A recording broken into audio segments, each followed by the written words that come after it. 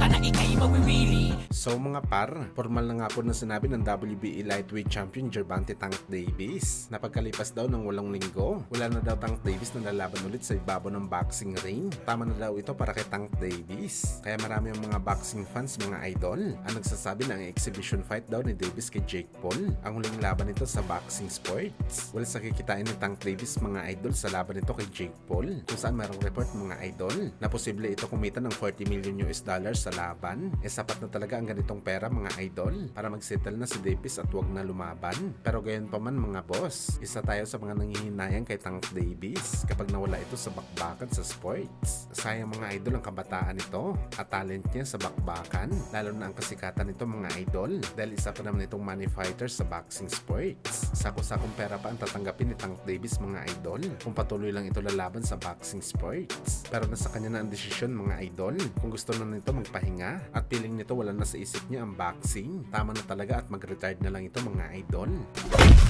Samantala sa matunog nga po na pinag-uusapan na Fighter of the Decade sa nagdaan na 2 dekada sa boxing sports. Noong 2000 hanggang 2009 kung saan nakuha ni Pacman ang titulo na Fighter of the Decade at noong 2010 naman hanggang 2019 nakuha naman ni Mayweather Jr. ang parehong record. Pero tila hindi nga po nagustuhan mga idol na Robert Garcia ang bagay na to na binigay kay Floyd ang Fighter of the Decade noong 2019. Hindi sumang-ayon sa Robert Garcia dito dahil napakarami daw ang ginawa ni Pacquiao sa mga panahon na to kaysa kay Mayweather Jr. Doon na daw siya mga idol sa senaryo na tinalo ni Floyd si Pacman sa kanilang bakbakan. Pero hindi daw ibig sabihin nito mga idol ibibigay na daw kay Calvo ang record. Para kay Robert, deserve daw ni Pacman ang ganitong record bilang maging 2-time Fighter of the Decade dahil ang pinakamahirap na record na tinala ni Pacman ay nangyari noong 2010 hanggang 2019 kagaya na lang sa 5 Division Lineal Champion, Oldies Welterweight Champion, 4 Decade Champion at higit sa lahat ang 8 Division Champion ito. At bago daw magtapos ng dekada, tinalo pa daw ni Pacman si Broner at Thurman sa edad na 40 anyos. Lahat daw na mahirap ng record nakuha ni Pacman. So bakit daw binigay kay Floyd ang titulo? Undefeated record lang daw ang kanyang ginawa. At isa pa daw mga idol, nagretero ito noong 2016 pa.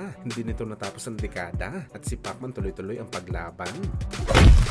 Sa kabilang banda naman mga idol, dahil nga po sinipa na si General Casimero sa rankings ng WBO Super Bantamweight Division na siya sana mga idol ang dahilan para mapalaban ito sa world title fight. Meron naman mga Pinoy boxing fans na nagsasabi na posible ang pagtanggal daw kay Casimero sa WBO rankings nagbibigay daw ng malaking problema sa potensyal na laban ito kontra kay Luis Nery. Dahil kung matatandaan nyo mga idol, ang kondisyon ni Nery bago ito sumapi sa Kamida Promotion, ang mapalaban mo na ito sa isang tune fight ng isang beses at lalaban dito sa title eliminator at sunod nito world title fight. So baka hindi natanggapin ni Nery ang laban kay Casimero dahil hindi na ito rated sa mga titulo. Well, nakadepende na lang ito sa promoter mga idol. Nasa galawan na lang ito ng Kamida Promotion kung kaya ba nila ikasang Casimero kontra kay Luis Nery na walang nakatayan ng titulo sa bakbakan.